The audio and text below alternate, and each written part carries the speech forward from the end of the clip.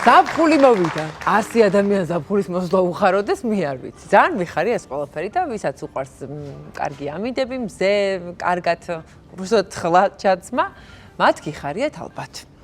სკანის გამოჩენა. და რაღაცა სილამაზეების დემონსტრირება. შეიძლება ვიღაცას არც უხაროდეს ეს სეზონი, სწორედ აი ამ მიზეზით, რომ კანი უნდა გამოაჩინოს, რადგანაც აქვს ხორკლიანი კანი. ხორკლიანი კანი არაერთ ადამიანს აწუხებს თიკა და ეს შეიძლება გასაკვირიც იყოს, მაგრამ არის დაავადება. და სამედიცინო ენაზე მას პილარულ კერატოზს ეძახიან. ნუ სახალხო ენაზე მას ქვია, მაინც ხორკლიანი კანი, ან კიდე ქათმის კანისაც ეძახიან. კი, და ეს საკმაოდ გავრცელებული დაავადება, რომელიც იწვევს მცირე ზომის ამობურცულობებს კანის ზედაპირზე. და ძირითადი გავრცელებები არის, აი ხა სლაიდზე ნახავთ, ეს არის აი პლავებზე, დუნდულაზე, ლოყებზე და ბარძახებზე. ყველაზე ხშირი არის უფრო პლავებზე და ბარძახის ფეხებზე, კი. და ეს პილაური კერატოზი, წამოდით ან განახებ. მოვდივა? ხო, პილაური კერატოზი არის დაავადება, რომლის დროსაც გამოიყოფა ძალიან ბევრი კერატინი. კერატინი ეს არის აი ყველაზე ზედაპირული გარსი, მკვრივი ცილა არის, რისგან ჩვენ ფრჩხილები და ცოტა უხეში ნაწილაკების. ხო, მკვრივი პროტეინია, ცილა, ხო, ცოტა უხეში და ბარიერი შემქმნელი არის ნორმაში, ხო. ამ დაავადების დროს, ხო, ანუ ეს კერატინი ჭარბად გამოიყოფა და თმის ფოლიკულები, ანუ აი კანზე რაც გვაქვს, ხო, ქმნის საცობს და შესაბამისად კანზე წარმოიქმნება, ანუ კერატინის დაგროვება და ამობურცულობა. ოკეი? და ამიტომ აქვს ამ კანს ესეთი ზედაპირი. ამის გამო კანი აი უხეში არის, ხო, ანუ ხორკლიანი და შეხედულებით არის ესეთი ამობურცულია, არც ეს ასე ამოვნო. მე მგონი მეც მაგ. და შეიძლება ანუ თუ ანუ მოაძრობს, ხო? ხო, მოაძრობს იმას, რა ქვია, ამ ფოლაქს, ესე რომ ვთქვათ, კერატინის, ანუ მასში დავინახავთ იმის ქვეშ რაღაც ესე დახულ თმას. ჩაბრუნებულ თმას, ცოტა?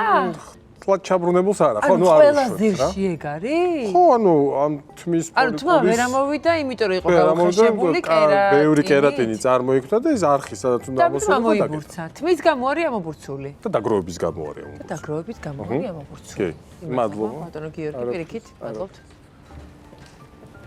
ზოგადად ხარ ვავიღოთ პილარული კერატოზი უფრო ხშირია ქალებში ვიდრე მამაკაცებში. ან ქალებს უფრო აწუხებ და უფრო უხანამის გამო, თორე კაციერებას გქონდეს და არ ედარდებოდეს ალბათ. და მოდი ნიშნები და სიმპტომები ჩამოთვალოთ. ეს არის მცირე ზომის ხორცისფერი, წითელი ან თეთრი ამობურცულობა. ამობურცულობები არის მშრალი და უხეში. ზოგჯერ ახლავს ქავილით. გამონაყანი უარესდება ზამთარში, როდესაც ჰაერი არის მშრალი. სახის ნაწილში ხო ხშირად გავს აკნეს. მაგრამ ნუ აი რაოდენობა ასეთი განსხვავებული არის. ზოგჯერ შეიძლება იყოს სულ რამოდენიმე ცალი, ასეთი ამობურცულობა და ზოგჯერ ესე ჭარბად არის გამოხატული. გარჩევა შეიძლება არ იყოს ადვილი, ხო? შეიძლება არ იყოს, კი. პილარულ კერატოზს არ იწვევს რაიმე ვირუსი ან ბაქტერია ან სოკო. ის არ არის გადამდები. ამ ხორკლების მოშორება ძალიან რთულია, თუმცა არის შანსი რომ 30 წლისკენ თავისით გაიაროს. უი და 30 წლამდე რა აქნან ადამიანებმა? და 30 წლის მერე თუ დარჩათ, იმათმაც რა აქნან? ნუ რა უნდა ვქნათ, ექიმს უნდა მიმართოთ იქ. როგორც ნებისმიერი დაავადების დროს. ვიცით ხოლმე. ჩვენ სპეციალისტი რომ გადამამისამართლე. გვინდა რომ ეს არ არის ჩვეულებრივი მოვლენა, ეს არის დაავადება. მოგეთ გავიგებ მე ხა ამ ყველაფერს. დავპატიჟებ სტუმრებს, რომლებმაც ნამდვილად იციან ხორკლიანი კანის ამბები, მიზეზებიც და რა თქმა უნდა, შემდეგ მათთან დამშვიდობების ვერსიებსაც შემოგთავაზებენ. დიდი იმედი მაქვს, მოდით გავიწყრიალოთ კანი. საბოლოო საფხულია, როგორც კი, როგორც იქნა. დღეს ჩვენთან სტუმრად არიან დერმატოვენეროლოგი ზაზა თელია და ავერსის დერმატოლოგიური ბრენდების მენეჯერი თამარ არაბიძე. მადლობა. და მე დროულად უნდა დავეხმაროთ ჩვენს მაყურებლებს. პირველ რიგში, რა თქმა უნდა, მაინტერესებს ზაზა, რა იწვევს ამ კერატინის დაგროვებას და შესაბამისად შემდეგ ამ პილარულ კერატოზს. ძალიან აქტუალური თემა არის და სხვათა შორის სამწუხაროდ სპეციალისტებსაც ეს დაავადება, ეგრეთ წოდებული დაავადება ხშირად ეშლებათ ხოლმე სხვა დაავადებებში და არასწორი მკურნალობა შესაბამისად ინიშნება. ამიტომ მნიშვნელოვანია რომ მაყურებელმა იცოდეს თუ რა არის პილარული კერატოზი. ეს არის გენეტიკურად დეტერმინირებული კანის მდგომარეობა, რომლის დროსაც თქვენ სწორად აღნიშნეთ, მთავარი ფაქტორი არის ის, რომ აი ეს პროტეინი, ანუ ცილა, კერატინი აქტიური წარმოქმნა ხდება და ის გროვდება უშუალოდ პერიფოლიკულურად, ანუ იმ ადგილას, სადაც თმა ამოდის, ანუ მის გარშემო, ასე ვთქვათ. ასევე ხშირი შეკითხვა არის ხოლმე, რომ მაგალითად ბავშვებში ძალიან ხშირია, მათ შორის. ხო, აი ლოყების არე. ხო, აი რა ასაკიდან? ლოყების არეც 0 წლიდან. ანუ გაჩნდა და შეიძლება ქონდეს. კი, შეიძლება ქონდეს. ბუნებრივია, შეიძლება დაისვა შეკითხვა, რომ ჩვილ ბავშვს ეხლა თმა ვიზუალურად არ ჩანს, ხო? აქ არ არის უხეშ თმაზე მხოლოდ საუბარი, აქ ეგრეთ წოდებულ ღინღლზე, იმიტომ რომ ჩვენი კანი ყველგან დაფარულია თმით, უბრალოდ ვიზუალურად შეიძლება არ ჩანდეს ეს. აი აქაცმა? ყველგან არის თმა. უბრალოდ ეს ვიზუალურად არ ჩანს. საყვარელი ადგილები, ასე ვთქვათ, ამ პილარული კერატოზისა არის სახე, კერძოდ ლოყები, ხელის ლატერალური ზედაპირები, ეგრეთ წოდებული მკლავები. შეიძლება უფრო რთულ ვარიანტში წინა მხარზეც შეგხვდეს, ანუ ქვევითაც ჩამოვიდეს. უფრო რთულ ვარიანტში შეიძლება შეგხვდეს გულმკერძეც, მუცელზეც, ზურგზეც, ბარძაყებზე, დუნდულებზე, წვივებზე. ანუ პრაქტიკულად შესაძლებელია, რომ ყველგან იქნას გამოხატული და ყველაზე ხშირად ეშლებათ, მაგალითად თქვენ აკნე აღნიშნეთ, კი, აკნეშიც ეშლებათ, მაგრამ უფრო მეტად ეშლებათ ხოლმე ატოპიურ დერმატიტში და ეგრეც ხო, ასეთი პაციენტები მრავლად არიან ბავშვებიც მათ შორის. აი გეტყვით რატომ? იმიტომ რომ ამ პილარულ კერატოზს აქვს კიდე ესეთი მიმდინარეობა, არ არის მარტო ხორკლები. აი ამ ხო, პილარული კერატოზის ერთ-ერთი მიმდინარეობა არის ეგრეთ წოდებული წითელი პილარული კერატოზი, ესე ქვიან. და მისთვის დამახასიათებელია ლოყების გაწითლება. და ასევე ესეთი გამონაყარი და ხშირად ეშლებათ ატოპიურ დერმატიტში და ბავშვებში განსაკუთრებით ხო, როგორც წესი სტეროიდულ მალამოებს, რომელიც არაფერს არ შვება, საერთოდ პირიქით უარეს აკეთებს. ამიტომ მნიშვნელოვანია, რომ ეს არაურიოთ. ანუ ატოპიური დერმატიტის შემთხვევაში ვიცით, რომ დატენიანება არის მნიშვნელოვანი და აქაც კანის სიმშრალით შეიძლება გამოწვეული იყოს ეს პილარული კერატოზი? ერთ-ერთი მაპროვოცირებელი ფაქტორი ნამდვილად შესაძლებელია იყოს კანის სიმშრალე, ამიტომაც არის, რომ უპირატესად ზამთრის პერიოდში უფრო მწვავდება ხოლმე. ესეთი ფლეარაფები იცის ხოლმე, აი გამწვავების ხო, შეიძლება ჩამშვიდეს გარკვეული პერიოდი, მერე ისევ გართულდეს, ჩამშვიდეს, გართულდეს. განსაკუთრებით ასევე აი ბანაობის შემდგომ, წყალთან შეხების შემდგომ უფრო გამოხატული ხდება ხოლმე. დიფერენციალური დიაგნოზი როგორ უნდა გამოკეთოს ხალხს შორის? ეს არის აბსოლუტურად კლინიკური დიაგნოზი. აქ ანალიზი რა თქმა უნდა არ კეთდება, არც ერთ შემთხვევაში და არც მეორე შემთხვევაში ვიზუალური დათვალიერებით ამას ჩვენ ვეძახით კლინიკურ დიაგნოზს. სხვა სიმპტომატიკა არ ახასიათებს, გარდა ამ ვიზუალური არ ახასიათებს ქავილი, როგორც ახასიათებს მაგალითად ატოპიურ დერმატიტს, არ არის ეს შემაწუხებელი პაციენტისთვის, არც ბავშვისთვის, ამიტომ ზოგადად ჩვენ ვამბობთ, რომ აი პილარული კერატოზის დროს მიზანი მკურნალობის არის ის, რომ ერთის მხრივ მივიღოთ კერატოლიტიური საშუალებებით მკურნალობა და ასევე კერატოპლასტიურით, ანუ განსხვავება რა არის? ზუსტად აი ეს ჩვენ ამას რადგან chicken skins ვეძახით, ქათმის კანს, ხო, ეგრეთ წოდებულ ხორკლიან კანს. მნიშვნელოვანია, რომ კერატოლიტიური აგენტები გამოვიყენოთ, ანუ საშუალებები, რომლებსაც ამქერცლავი უნარი გააჩნია, მსუბუქი ამქერცლავი უნარი, რათა აი ეს ზუსტად თმის ფოლიკულის გარშემო დაგროვებული კერატინის ალაგება მოვახდინოთ, ეს ერთის მხრივ და მეორეს მხრივ განვახორციელოთ დატენიანება და როგორც სხვა დიაგნოზებზე, აი ამაზე ყველაზე მეტად არის მნიშვნელოვანი ზუსტად კანის მოვლა, სწორი მოვლა.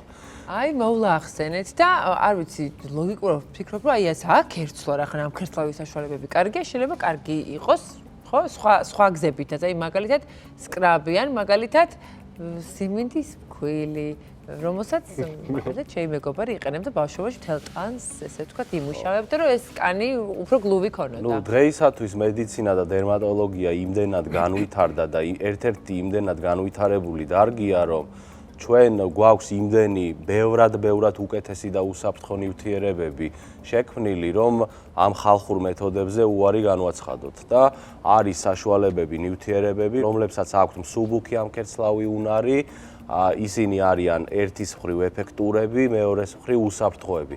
კერძოდ მაგალითად შემიძლია დავასახელო ისევ და ისევ მსუბუქი ამქერცლავი ალფა და ბეტა ჰიდროქსიმჟავები, რომლებიც დაგვეხმარება პილარული კერატოზის დროს. განსაკუთრებით იმ ადგილებში, სადაც არის გამოხატული ეს ეგრეთ წოდებული ხორკლიანი კანი, სალიცილის მჟავა, გლიკოლის მჟავა, ლაქტატის მჟავა, ეს ერთის მხრივ. მეორეს მხრივ ასევე დამატენიანებელი საცხები, რომლებსაც აქვს როგორც კერატოლიტიური მოქმედება, ასევე კერატოპლასტიური, ესეთებია. მათ შორის სალიცილის მჟავაც, რაც არ უნდა გასაკვირი იყოს, შეიძლება ვიღაცამ შეიძლება იკითხოს, რომ სალიცილის მჟავა თუ ამქერცლავია დამატენიანებელი რანაირად არის. დამატენიანებელი ეფექტიც გააჩნია მას, ანუ ის ბუსტირებას ახდენს, ანუ აპროვოცირებს, მაპროვოცირებელი ფაქტორია, რომ აი ეს დატენიანება გაკეთდეს. ასევე ერთ-ერთი ყველაზე კარგი და ეფექტური საშუალებაა ურეა, ანუ შარდოვანა, ამონიუმის ლაქტატი, სხვათა შორის ნორევას ბრენდში წარმოდგენილია ამონიუმის ლაქტატის მქონე საშუალება, ნორევას ქერაფილი ქვია. ამას იმიტომ გავუსვი ხაზი, რომ ბევრი საშუალებები საქართველოს ბაზარზე ამონიუმის ლაქტატის შემცველობით არ გვხვდება და მნიშვნელოვანია, რომ ეს ზოგადად პაციენტებმა იცოდნენ. ანუ კარგად ატენიანებს, თან აქვს კერატოლიტიური მოქმედება და ასევე მნიშვნელოვანია, რომ გამოვიყენოთ ისეთი საცხები, რომლებიც არის განკუთვნილი მშრალი კანისთვის. თამარ, მაშინ თქვენ მოგვიყევით, რას გთავაზობს ნორევა ამ შემთხვევაში, რომელიც ზაზა მახსენა. დიახ, პილარული კერატოზი ეს არ არის დაავადება, ასე რომ ვთქვათ, რომელიც საფრთხეს უქმნის ჯანმრთელობას. ეს არის უფრო ფიზიკურად, ვიზუალურად ქმნის დისკომფორტს და მნიშვნელოვანია, რომ ნორევა ამ შემთხვევაში გთავაზობს პროდუქტს, რომელიც სპეციალურად შექმნილია პილარული კერატოზისთვის. ეს რა ქვია ამ პროდუქტს? კერაპილი ქვია, რომელიც შეიცავს ამონიუმის ლაქტატს. 14%-ით არის ამ პროდუქტში წარმოდგენილი ეს ნივთიერება. რომელი ეს პროდუქტი? აი ეს კონკრეტული პროდუქტი არის. და შეიცავს ამონიუმის ლაქტატს, როგორც ვახსენე, ეს არის ალფა ჰიდროქსიმჟავა, რომელიც ახდენს კერატოლიზური მოქმედება აქვს და ახდენს მკვდარი უჯრედების და იმ გაუხაშებული და გაარქოვანებული უბნების ჩამოფრთქვნას, რაც ახასიათებს პილარულ კერატოზს. ანუ რა ინგრედიენტებიც ახსენა ზაზა, მათი გამოყენება აღარ ხდება საჭირო, რადგან ეს უკვე შეიცავს აი ამ ამონიუმის ლაქტატს, რაც ზაზამ ახსენა, შეიცავს კონკრეტულად ეს პროდუქტი. და ასევე შეიცავს გლიცერინს, რომელიც ამ ამონიუმის ლაქტატთან კომბინაციაში ატენიანებს და არბილებს დამატებით კანს. და აქვს რამე მნიშვნელობა, კანის რა ზონაზე შეიძლება მისი გამოყენება? გამოიყენება როგორც სახეზე, ასევე სხეულზე, განსაკუთრებით იმ უბნებში, როგორც ლოკალურად შეგვიძლია გამოვიყენოთ, ისე მთლიან კანის ზედაპირზე, განსაკუთრებით იმ უბნებში, სადაც ხშირად ხდება ეს პრობლემა. ანუ ეს ყოველდღიური გამოყენების არის, თუ აი როდის ხდება ამ პროდუქტების ჩართვა? ფრთხილად უნდა ვიყოთ ზოგადად კერატოლიტიური ნივთიერებების მქონე პროდუქტების გამოყენებისას. თუ ჩვენ გვაქვს ჩემს მიერ დასახელებული წითელი პილარული კერატოზი, იმიტომ რომ ხო ამ შემთხვევაში განსაკუთრებით კანი ამ სიმშრალესთან ერთად გამოხატულია გრძნობიარე კანიც. ამ შემთხვევაში ნივთიერებებმა, როგორც არის კერატოლიტიური ნივთიერებები, სალიცილის მჟავა, გლიკოლის, ლაქტატის მჟავა, შეიძლება გააღიზიანოს კანი. ამიტომ ამ კუთხით პაციენტებს ურჩევთ ხოლმე, რომ თავიდან როდესაც გამოყენებას დაიწყებენ, მოახდინონ გატესტვა, ასე ვთქვათ, არ გამოიყენონ ხშირ-ხშირად, დაიწყონ უფრო იშვიათი გამოყენება. აი რა არის იშვიათი გამოყენება და ზუსტად ეს მაინტერესებს, ანუ თუ გაქვს მსგავსი დავუშვათ ქათმის კანი, მუდმივად უნდა გამოიყენო, თუ შეიძლება რაღაცა დასრულდეს, რაღაცა მუდმივად გამოყენებაა რეკომენდებული. მე განსაკუთრებით აღვნიშნავ სახის არეს. აი სახის არეზე, როდესაც არის გამოხატული, სახეზე კანი ისედაც თხელია და მგრძნობიარეა და თუ სიწითლეც თან ახლავს, სახეზე უნდა ვიყოთ განსაკუთრებით ფრთხილად.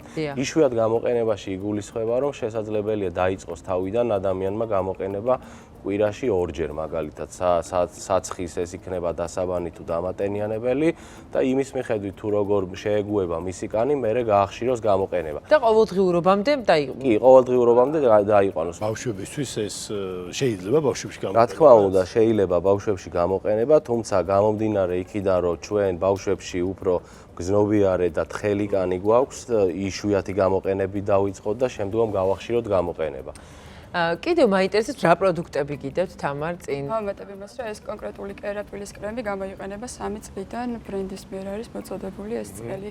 ასევე გვაქვს ნორევას სხვა დამატენიანებელი საშუალებები, სხვადასხვა ხაზიდან არის წარმოდგენილი, რომელიც შეიცავს დამატენიანებელ ინგრედიენტებს, როგორიცაა მაგალითად გლიცერინი, ასევე მინერალური ეთერზეთები და ჰიალურონის მჟავა, რომელიც ატენიანებს კანს და ასევე ხელს უშლის ტრანსეპიდერმული სითხის კარგვას. ანუ ესეც ამავე სახელწოდებით არის თუ სხვა? არა, ესენი სხვა სახელწოდებით არის, ეს არის აქვარევას, ქსეროდიანეს და ეგზიანეს კრემები. ზაზა, დავუშვათ დაიწყო ადამიანმა გამოყენება აი ამ კონკრეტული საცხის, რომელზეც გვესაუბრეთ. მე რა ხდება, უცებ გადაპრიალდება კანი? თუ სისტემატიური მუდმივი ხასიათი ექნება, შედეგებს უფრო უკეთეს მიიღებს, თუ იზარმაცებს, ასე ვთქვათ, წყალებში, შედეგები უფრო ნაკლები იქნება.